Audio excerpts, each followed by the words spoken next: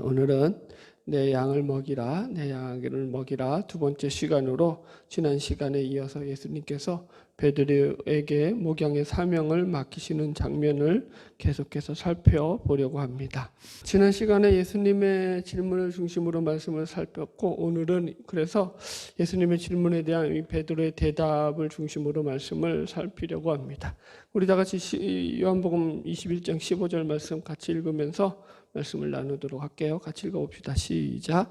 그들이 조밥 먹은 후에 예수께서 시몬 베드로에게 이르시되 요한의 아들 시몬아, 내가 이 사람들보다 나를 더 사랑하느냐 하시니 이르되 주님, 그러하나이다. 내가 주님을 사랑하는 줄 주님께서 아시나이다. 이르시되 내 양을 먹이라 하시고. 아멘. 우리 이 본문을 여러분들도 잘 알고 계시겠지만 예수님께서는 내가 나를 사랑하느냐라는 질문을 베드로에게 3번 연속하시면서 베드로는 또 거기에 대한 대답으로 내가 주를 사랑하는 줄 주께서 아시나이다 라는 대답으로 3번 연속 반복적인 대화가 이루어져 있습니다. 그래서 우리 성경에는 전부 다 이게 다 사랑으로 번역되어 있지만 헬라 원어에는 이 말이 틀려요. 이 사랑이라는 말이 다 각각 다른 식으로 나옵니다. 예를 들어서 사랑은 크게 3가지가 있죠. 헬라어로. 그래서 첫 번째가 아가페, 그죠? 아가페 사랑이 있고, 그 다음에 두 번째가 필레오의 사랑이 있고, 세 번째가 에로스의 사랑, 그죠? 여러분들도 뭐 기본적으로 이제 교회를 어느 정도 다녔으면 뭐 하도 귀에가 못이 따갑게 들었던 사랑에 대한 얘기니까 아실 거예요. 아가페의 사랑은 여러분들 잘 아시다시피 하나님의 사랑, 그래서 무조건적인 사랑. 그래서 예를 들어서 하나님이 세상을 이처럼 사랑하사 독생자를 주셨으니 할 때 요한복음 3장 16절에 나오는 이 사랑이 바로 아가페. 예, 그래서 요한일서에서도 보면은 하나님은 사랑이시라라고 할 때 이 하나님의 사랑을 얘기할 때는 다 아가페를 쓰죠. 그 다음에 두 번째 사랑은 필레오의 사랑. 이건 이제 인간의 우정과 같이 어떤 제한적이고 이 조건적인 사랑이죠. 그래서 이 인간이 사랑을 하지만 그게 항상 그 인간의 사랑은 뭐가 있죠? 한계가 있죠. 한계. 인간의 사랑에는요. 그래서 이제 이게 필레오의 사랑이라고 얘기를 하죠. 그다음에 마지막 3번째 사랑이 에로스 사랑. 이 그리스 신화에 나오는 이 사랑의 신 이름이 에로스잖아요. 그래서 이 에로스의 사랑을 이야기할 때는 이게 이제 본능적인 사랑, 성적인 사랑 뭐이라고도 얘기를 합니다. 그래서 오늘 본문에 등장하는 사랑은 여기서 이 아가페와 필레오의 사랑, 이 2가지 말들이 기본적으로 이제 계속 반복해서 등장을 하게 됩니다. 먼저 주님께서 여기서 물으실 때 요한의 아들 시몬아, 내가 이 사람들보다 나를 더 사랑하느냐라고 할 때 이 사랑은 아가페의 사랑입니다. 그래서 이 사람들보다 나를 더 사랑하느냐라는 게 원어로 보면은 아가페오메라고 써요. 아가페오메, 아가페오 사랑하느냐, 나를. 매가 이제 아이죠. 영어로 미이라고 하죠. 그래서 1인칭 목적격. 그래서 나를 사랑하느냐라는 그런 얘기예요. 그래서 여기 예수님께서 물으시는 것은 이제 그러니까 나를 무조건적으로 사랑하느냐, 나에 대해서 아무것도 재지 않고 헌신적으로 사랑할 수 있느냐라는 거예요. 예수님께서 왜 이렇게 물으신다고 했어요? 지난 시간 한번 복습하는 의미에서. 예수님께서 왜 내가 나를 사랑하느냐라고 예수님이 물으신다고, 똑같은 거 3번 반복해서 물으셨잖아요. 이 물음에 대해서는 이렇게 우리가 이해를 했어요. 베드로가 가지고 있던 자기 확신, 자기 열심, 자기 의로 충만한 것들을 갖다가 예수님께서 깨트리시는 그런 모습으로서, 그죠? 회개와 회복을 어떻게 촉구하는 그런 질문이다라고 말씀을 드렸습니다. 그래서 이 무릎은 예수님께서 베드로에게 너가 나를 부인할 것이라고 말씀하실 때, 그죠? 자기는 목숨을 버릴지언정 주를 부인하지 않겠다고 했음에도 불구하고 여러분, 예수님을 부인했던 베드로의 그 실패와 그 어떤 그 상황들을 갖다가 베드로의 머릿속에 지금 그 상황을 다시 재현시키는 거예요. 상기시키는 거예요. 그래서 이제 여기서 뭘 끄집어내는 거예요, 여러분들. 베드로가 자기가 가졌던 자기 열심이 얼마나 그것이 뭐예요? 신뢰할 만한 것이 못 되냐라는 것을 확인시켜 주시는 거죠. 그래서 여기서 보면은 이 질문에 대한 것을 우리가 다시 확인할 수 있는 게, 여기 질문을 다시 보면은 요한의 아들 시몬아 내가 이 사람들보다 나를 더 사랑하느냐라고 해가지고 이 사람들보다라는 말이 들어갔어요. 이 사람들보다라는 게 이게 이제 이 사람들이라는 게 헬라어로 보니까 원어로 투톤이라고 하는데, 이게 이제 영어로는 지시대명사예요. 디스. 그래서 이게 사람도 될 수 있고 물건도 될 수 있어요. 가까이 있는 사람이나 물건을 지칭하는 말이거든요. 이 말이 뭐 영어로 해줄게요. This is 뭐라고 해야 돼요? This is my book. 뭐 이건 내 책입니다. 아주 그냥 중학교 영어 해주려고 힘들다. 이게 뭐예요? this가 바로 이 지시 대명사예요. 그래서 이게 사물일 때도 쓰이지만 뭐예요? 사람일 때도 This is my mother 해가지고 뭐예요? 내 엄마, 이분은 내 어머니입니다 라고 소개할 때도 이 지시대명사가 쓰인다고요. 그래서 이게 사람도 되고 사물도 돼요. 제가 왜 이 설명을 하냐면은 지금 이것이 그러니까 뭐예요? 이 사람들이라고 했을 때는 제자들보다, 다른 제자들보다 나를 더 사랑하느냐가 되는 거고, 이게 사물로 됐을 때는 네가 지금 가지고 있는 모든 재물들, 혹은 네가 지금 잡아온 그 물고기들, 네가 가지고 있는 어떤 배와 그 모든 것들보다, 네가 가지고 있는 모든 너의 삶의 모든 그 물질적인 것들보다 나를 더 사랑하느냐라는 질문도 된다고요. 어느 것을 해도 상관은 없어요. 이해하셨죠? 그래서 이 사람들보다, 이것들보다라는 것을 지금 집어넣은 것은 왜 그러냐면은 이전에 있었던 자기 자랑에 대한 비교로서, 그래 그때 너가 나를 그 누구보다도 네가 더 나를 사랑한다라고 그러지 않았느냐, 그 누구보다 나를 사랑하겠다고 했던 그것을 너도 지금 기억하고 있지? 그래 그 마음이 지금도 너 변치 않고 그대로 있느냐라고 묻는 거죠. 꼭 찝는 거예요. 그러니까 왜요? 그때는 베드로가 어떻게 했다고요? 지가 나서가지고 예수님이 지명하지도 않았는데 나서가지고 나는 얘네들보다는 예수님을 더 사랑해요라고 그렇게 호들갑을 떨었잖아요. 그래서 지금 베드로에게 이렇게 예수님께서 물으시는 거예요. 그래서 여기에 대한 베드로가 이렇게 대답하죠. 다시 본문을 보면 15절, 내가 주님을 사랑하는 줄 주님께서 아시나이다 라고 했어요. 그래서 예수님의 질문은 아가페오메라고 했어요. 그러니까 무조건적인 하나님의 사랑같이 그렇게 나를 조건 없이 사랑하느냐라고 물었는데, 베드로는 내가 주를 사랑하는 줄 주께서 아시나이다 라고 해가지고 사랑한다라고 말하고 있지만, 여기서 원어는 이게 필레오의 사랑이에요. 아가페의 사랑이 아니라 필로세로 되어 있어요. 원어로 보면 필로세 써드릴게요. 아가페오메라고 물으시니까 뭐라고 대답했다고요? 필로세라고 대답해요. 이 세라는 게 이제 자기예요. 그래서 필레오세 이런 말이에요.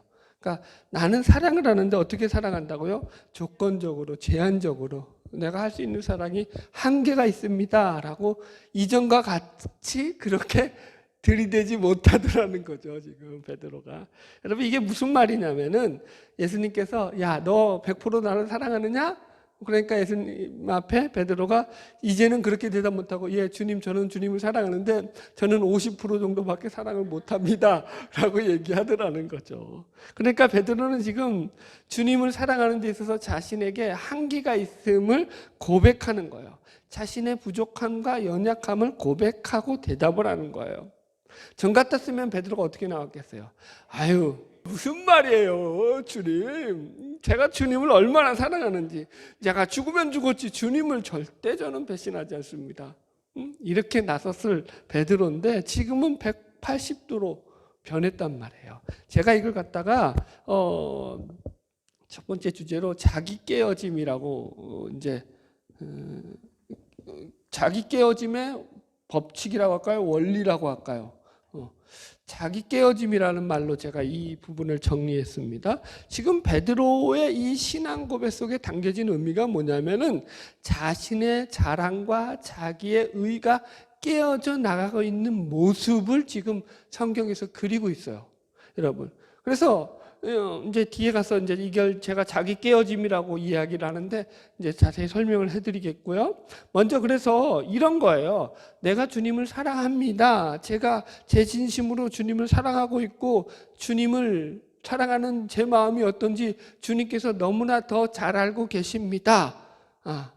그렇지만 뭐예요? 이제는 정말로 제가 주님을 사랑하고 있음에도 불구하고 옛날처럼 그렇게 막 확신에 차가지고 자기 확신에 차서 막 그렇게 혈기를 부리고 막 예수님 앞에 그냥 큰 소리를 못 치는 거예요. 왜요?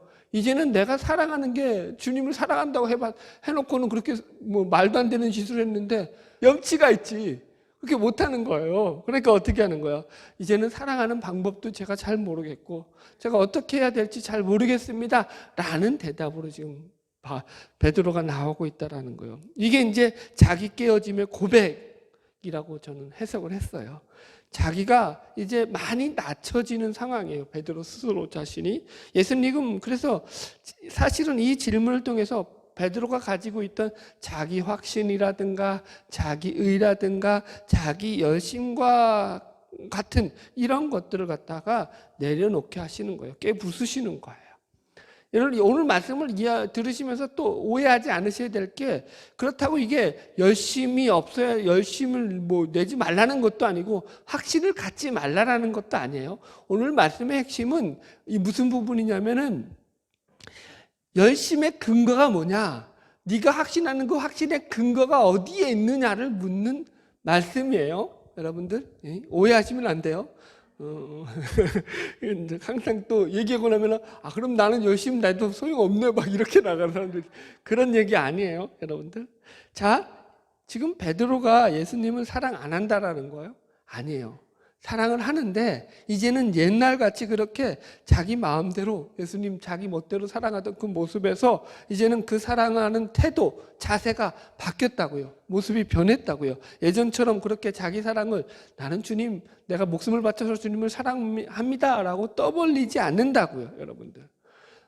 그리고 보세요. 무엇보다도 옛날처럼 이제는 자기가 나서서 그렇게 나는 얘네들보다는 훨씬 제가 더 낫습니다. 다른 사람과 비교해서 막 자기를 얘기하지 않는다고요.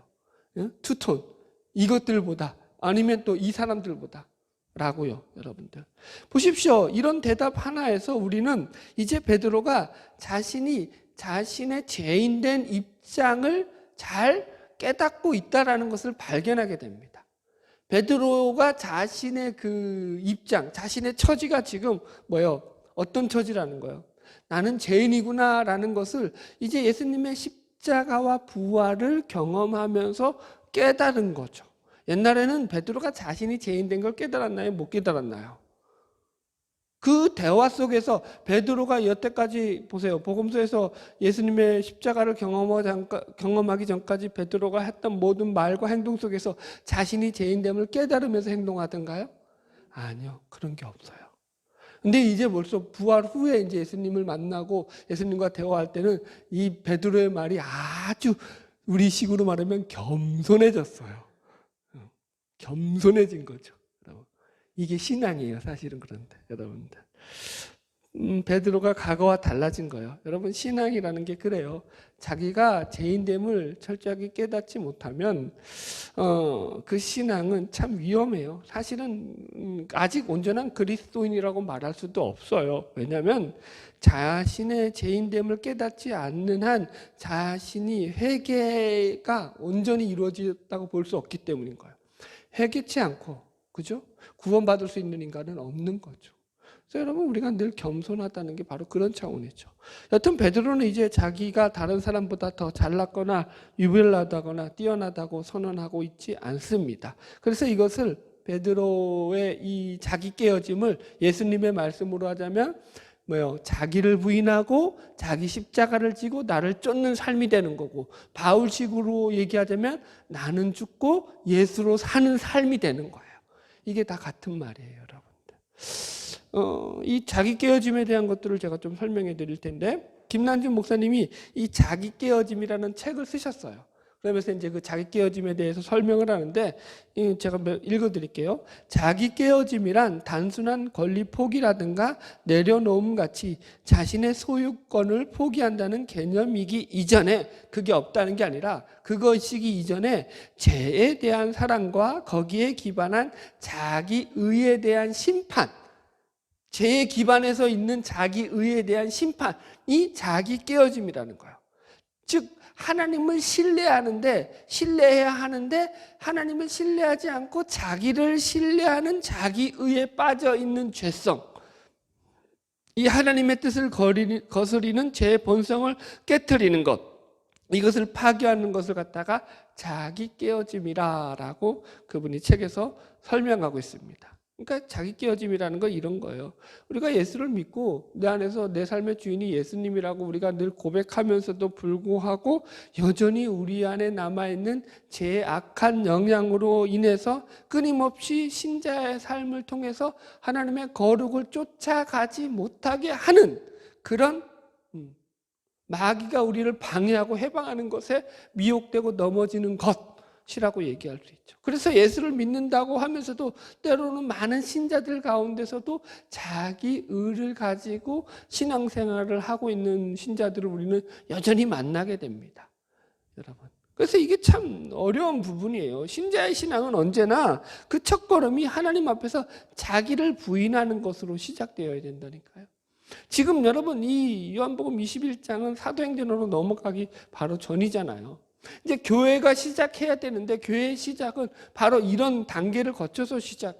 그래서 제가 그랬잖아요. 이 본문의 말씀의 큰 주제를 회개와 회복과 사랑이라는 이 큰 틀 안에서 이런 것들이 이루어지고 난 뒤에 교회가 시작해야 된다고 이해하셨죠? 회개 없이 회복 없이 그리스도에 대한 사랑 없이는요 우리는 교회를 세워나갈 수가 없어요. 그러니까 여러분들 우리가 늘 주님 안에서 우리를 스스로 자인됨을 인정하며 그 죄인됨 가운데서 주님을 붙잡으면서 주의 말씀에 거하면서 우리가 하나님의 말씀에 붙잡히지 않으면 한시라도 똑바로 설 수 없음을 고백하면서 살아가는 게 자기 깨어짐이라고요. 할렐루야. 자, 말씀 확인해 볼게요. 갈라디아서 2장 19절 가봅시다. 어떻게 설명하고 있는지 봅시다. 갈라디아서 2장 19절 신약성경 갈라디아서 2장 19절. 자, 갈라디아서 2장 19절로 20절 같이 읽어봅시다. 시작. 내가 율법으로 말미암아 율법에 대하여 죽었나니 이는 하나님에 대하여 살려 함이라.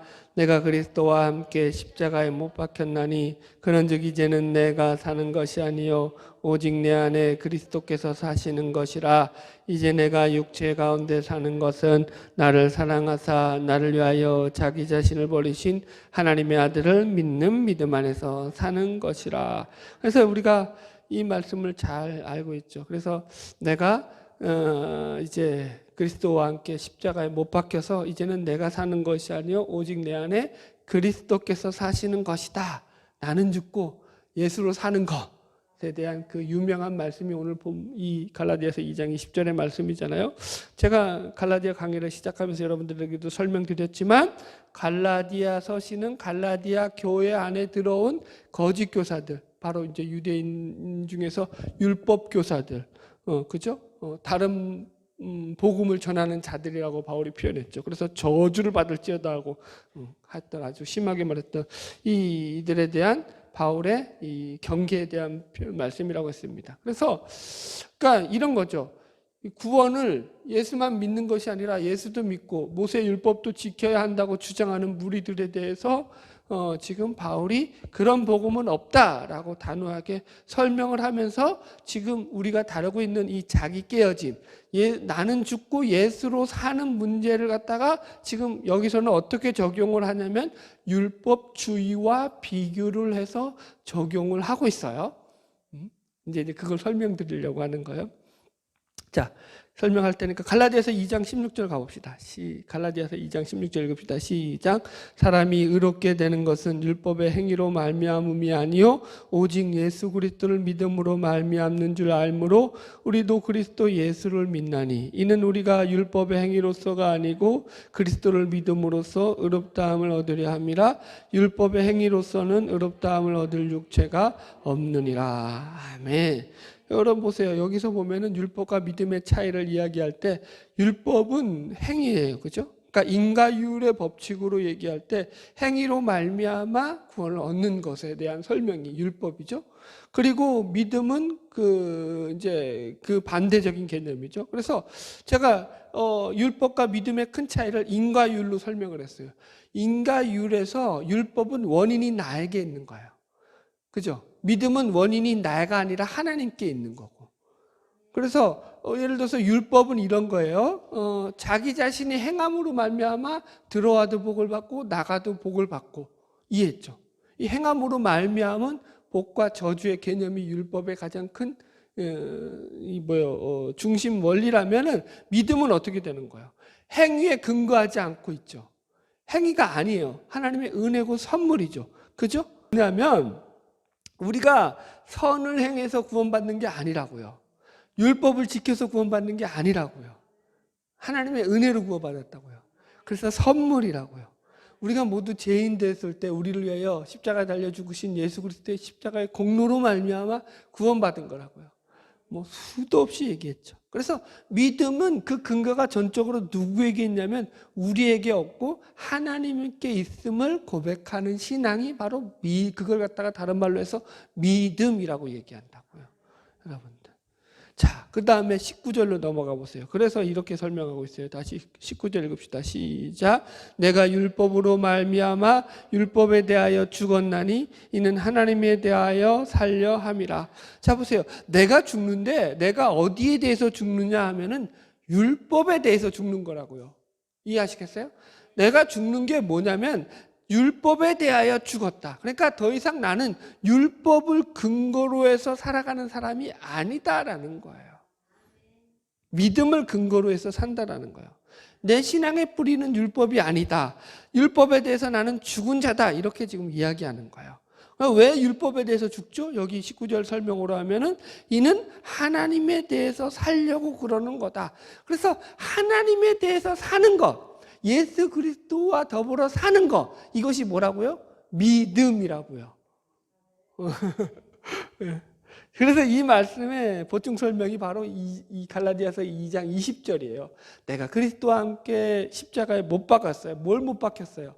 내가 가지고 있던 율법의 정신들, 자기 행함으로 말미암아 의롭게 되려고 했던 자기 의와 이런 자기 확신들 내려놓는다고요. 이해하셨죠? 그래서 이제는 뭘로 산다고요?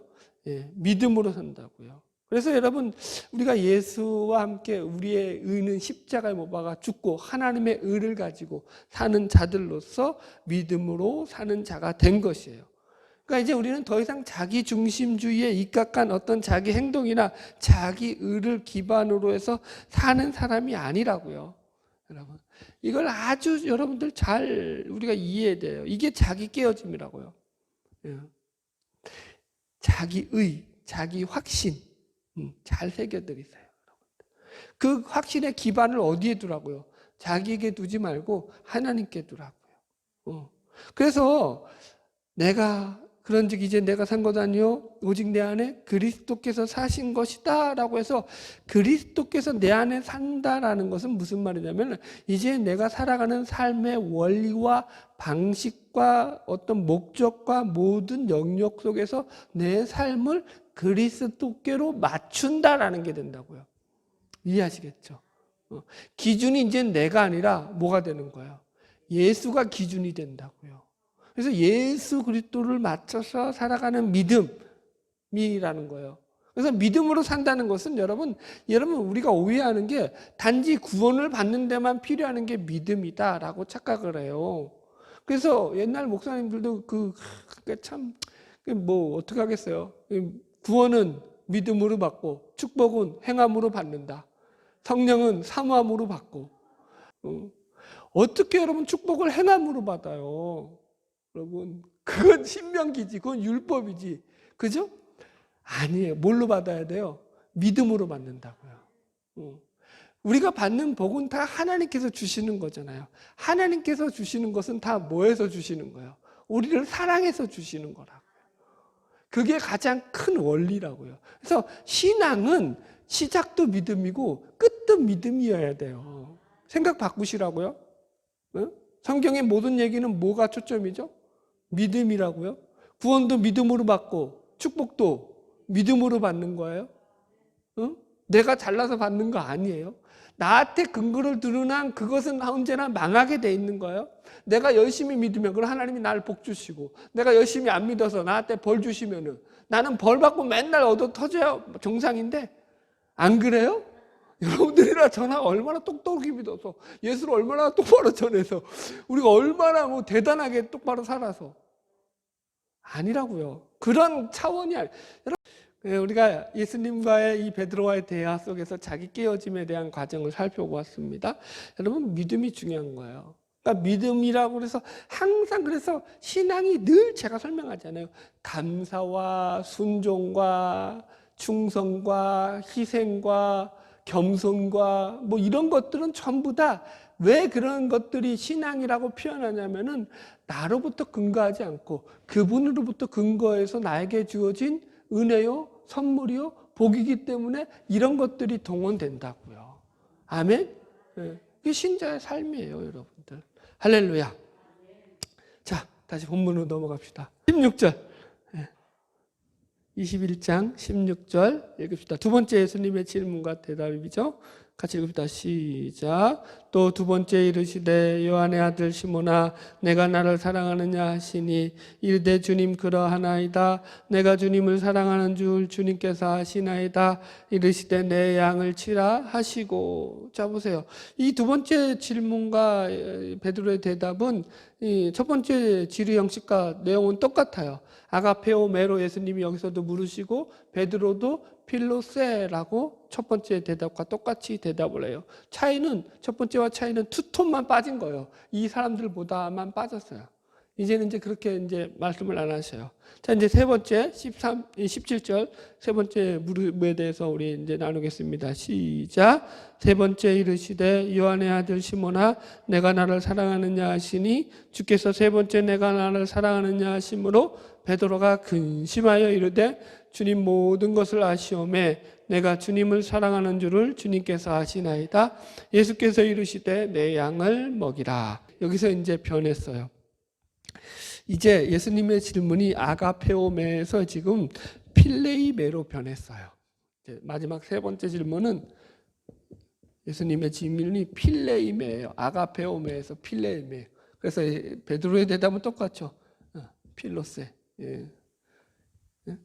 아가페오메에서 바뀌었어요. 필레이메로 바뀌었어요. 그러니까 지금 어떻게 보면은 이 예수님의 기대에 부응하지 못하고 있는 거잖아요. 베드로는 예수님은 계속 아가페로 물었지만 자신이 부족함을 계속 갖다가 이야기할 때 예수님께서 베드로를 책망하지 않죠. 여러분 이게 사실은 왜냐하면 베드로의 예수님께서 바라시는 베드로의 모습이기 때문인 거예요. 예수님이 바라시는 모습이 사실은 이 모습이에요. 우리가 그것을 어떻게 확인할 수 있냐면은 만약에 이 베드로의 대답에 대해서 예수님이 만족을 못 하셨다. 그러면 반응이 달라요. 예수님은 지금 계속 베드로의 대답 뒤에 바로 뭐라고 하냐면은 내 어린 양을 먹여라, 내 양을 쳐라, 내 양을 먹여라 라고 하면서 베드로의 대답이 끝나자마자 다른 어떤 말씀도 안 하시고 목양의 사명을 주신단 말이에요. 그렇다라는 것은 그의 대답에 예수님이 만족하고 계신다라는 다른 표현이 된다고요. 그걸 어떻게 확인할 수 있냐면은 바로 뒤에 나와요. 예수님께서 만약에 그의 대답에 만족이 안 되시잖아요. 그러면 예수님은 베드로에 대해서는 가차없이 찝으세요. 그러니까 예수님과 베드로는 아주 각별한 사이예요. 다른 제자하고는 좀 틀리게 예수님은 베드로가 하는 말에 대해서는 베드로가 틀린 말을 하면은 그걸 꼭 집어서 가르치셔요. 자, 확인합시다. 여기 보세요. 바로 그 뒤에 나와요. 21장 21절 가보세요. 이제 베드로가 이제 요한에 대해서, 요한이 어떻게 미래에 대해서 궁금해서 물어요. 같이 읽읍시다. 21장 21절 22절 시작. 이에 베드로가 그를 보고 예수께 여짜오되 주님, 이 사람은 어떻게 되겠사옵나이까? 예수께서 이르시되 내가 올 때까지 그를 머물게 할지라도 내게 무슨 상관이냐? 너는 나를 따르라. 아멘. 지금 요한의 미래에 대해서 베드로가 궁금해서 물어보니까 저 사람 어떻게 되겠습니까? 라고 묻자 예수님께서 뭐라고 대답하냐면은 내가 무슨 상관이 있느냐? 너는 나를 따라라. 오지랖 그만 넓히고 네 일이나 똑바로 해라. 여러 번 해석해 드렸어요. 그죠? 네 주제나 똑바로 알고 그런 얘기예요. 지금 이 얘기가. 내가 무슨 상관이냐? 내가 저를 어떻게 할지. 너는 너 일이나 잘해라. 그 얘기예요, 여러분. 복음서에 보면 이런 게 되게 많이 나와요, 여러분. 보세요. 마태복음 16장 16절에서 예수님께 베드로가 주는 그리스도시요 살아계신 하나님의 아들이시니다 하니까 예수님께서 바로 기뻐서 만족해가지고 칭찬하시잖아요. 어라 베드로야, 그것을 알게 한다는 것은 혈육이 아니라 하늘에 계신 내 하나님 아버지시다 하면서 베드로를 축복하시고 칭찬하시잖아요. 안 그래요? 여러분, 또 베드로가 예수님 죽음에 대해서 얘기할 때 내가 목숨을 바치고 예수님 따르겠습니다 하니까 예수님께서 그냥 내버려 두는 게 아니라 바로 꼬집으시잖아요. 웃기지 마. 너 이제 오늘 밤에 다 굴기 전에 3번 나를 부인할 거야. 라고 하면서 아주 베드로의 말에 대해서는 예수님께서 그 말이 틀린 것은 바로 잡아주시고 잘한 것은 칭찬하시고 그런다고요. 각별하시다고요. 베드로와는 사이가 좀. 왜 그러셨을까? 나는 잘 모르겠어. 여튼 이해하셨죠? 자, 그렇다는 차원에서 지금 제가 왜 이 얘기를 드리냐면은 예수님께서 베드로의 대답에 대해서 아무런 말씀도 안 하시고 바로 목양의 사명을 맡기신다는 것은 이 대답이 사실은 예수님이 베드로에게 기대했던 대답과 일치하고 있다라는 것을 우리가 추측할 수 있다라는 거예요. 여튼 그래서 예수님이 지금 마지막에 가서는 예수님의 질문 자체를 바꿨어요. 필레이메로, 그죠? 필레오메. 그러니까 그럼 네가 원하는 대로 그래. 네 제한적인 그 사랑으로도 나를 사랑할 수 있겠느냐? 네 연약한 그 마음 가지고 나를 사랑할 수 있겠느냐라고 지금 물으셔요. 제가 이것을 갖다가 상황 설명을 이렇게 예로 들어볼게요. 이해를 위해서 예를 드는 거예요. 제가 이제 우리들이 애들을 공부시킬 때, 야, 너 영어 단어 하루에 최소한 20개는 외워야 돼? 그렇게 이제 숙제를 내줬어요. 근데 애가 그런 거야. 아빠, 너무 힘들어요. 10개만 외우게 해주세요. 20개는 너무 많아요. 계속 그렇게 이제 안 돼, 20개 외워야 돼. 그런데 그래야지 영어가 늘지. 근데 계속 10개만 해달라고 하는 거야. 그러니까 이제 나중에는 타협을 한 거죠. 그래. 그럼 내가 너 하루에 10개 외우는 걸로 봐줄게. 그 대신에 너 꼭 약속 지켜야 돼. 하루에 10개는 무조건 시간이 되는 대로 꼭꼭 외워야 돼. 알았지? 가 지금 예수님의 이 말씀의 뉘앙스라고요. 이해하시겠죠? 지금 이거예요. 만약 여기서 예수님께서 베드로에 대해서 내가 나를 사랑하느냐 물으실 때 베드로가 이제 예수님 이게 무슨 말씀입니까? 제가 잠깐 그때 실수해서 예수님 내가 좀 잘못을 하긴 했지만 제가 이제는 예수님 제가 다시는 그런 유혹에 안 넘어갑니다.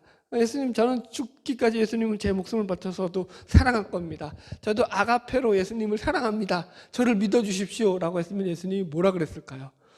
어이구, 정신 아직도 못 차렸네 라고 하셨을 거라고요. 이해하셨겠죠? 근데 지금 베드로가 이렇게 자신의 연약함과 부족함을 가지고 이야기할 때 예수님께서는 지금 그의 연약함을 그대로 받으셔서 그래, 너는 그러면 그런 사랑으로도 나를 사랑할 수 있겠느냐? 그러면 그렇게 사랑해도 좋다. 그 대신에 네 마음은, 나를 사랑한다는 그 마음은 놓치지 마라. 이렇게 나가고 있다고요. 왜 이렇게 나간다고요? 여러분 보세요. 사랑이라는 것이 속성이 그래요.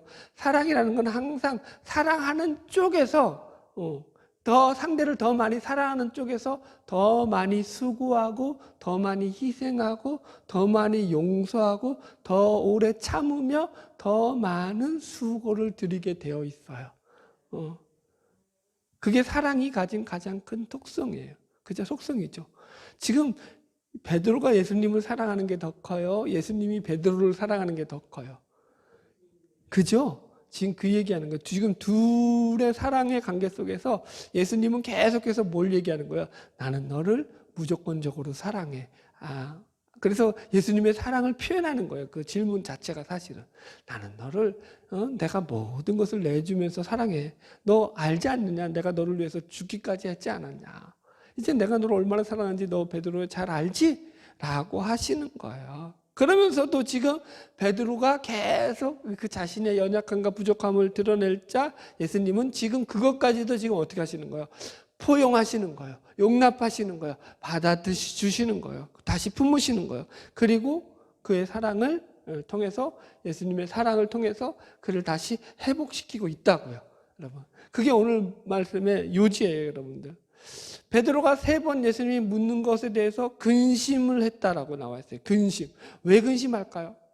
여러분 이게 사실은 신자의 정확한 신앙의 모습이라고요. 왜 근심이 있죠? 지은 죄가 있으니까. 안 그래요? 찔리니까.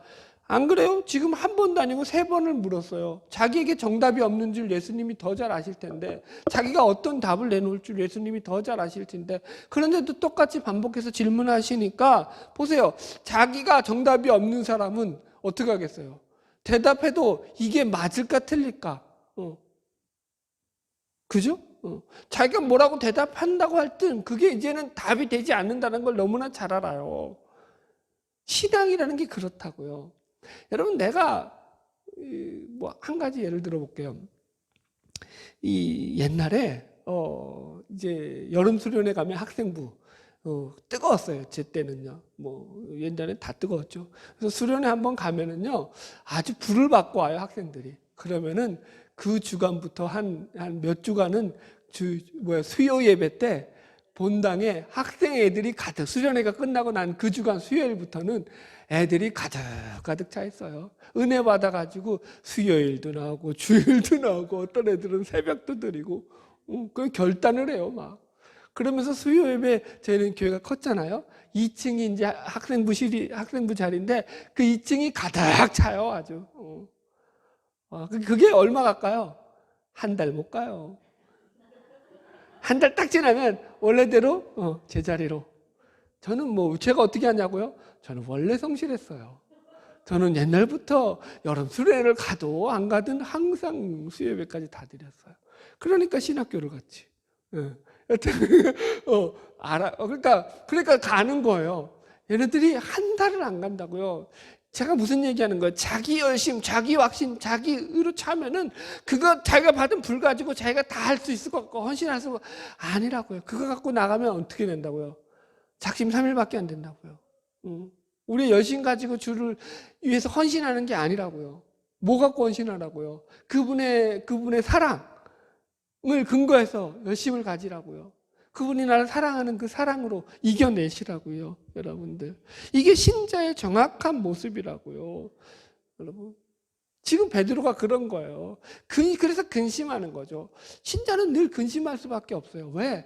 내가 가진 것이 정답이 아닌 걸 알기 때문에 늘 그분이 원하시는 것이 뭔지를 찾고 물어야 된다는 입장에서 늘 우리는 주님 앞에 조심히 우리의 삶을 살아나갈 수밖에 없습니다. 자, 말씀 정리하겠습니다. 오늘 2가지 주제로 나눴습니다. 첫 번째는 자기 깨어짐의 원리에 대한 부분들 나눴습니다. 신앙은 그래서 믿음으로 시작해서 믿음으로 끝난다고 말씀드렸습니다. 그러기 위해서 철저하게 자기의 죄인됨을 깨달아 알아야 하고 철저하게 예수 그리스도와 동행하는 삶을 살아야 한다 말씀을 드렸죠. 두 번째는 우리의 연약감까지도 사랑하시는 바로 예수님의 사랑에 대한 부분을 알았습니다. 이 사랑이야말로 우리가 어떤 환경 속에서도 우리가 어떤 상황 속에서도 우리를 다시 일어서게 하는 가장 근본적인 힘이 된다고 말씀을 드렸습니다. 그래서 우리를 향한 예수 그리스도의 사랑과 또 반대로 예수님을 향한 우리의 사랑이 온전히 같이 회복이 되어서 그 사랑 가운데서 우리가 함께 나아갈 때 그것이 신앙의 아름다운 열매를 맺는 자리에 이르게 된다고 말씀을 드렸습니다. 바라기는 주님 안에서 날마다 이런 주님이 주시는 회복과 치유와 사랑과 은혜 가운데 서서 주님 앞에 더욱더 풍성한 사랑으로 승리하는 저와 여러분 되기를 주의 이름으로 축복합니다. 기도하겠습니다.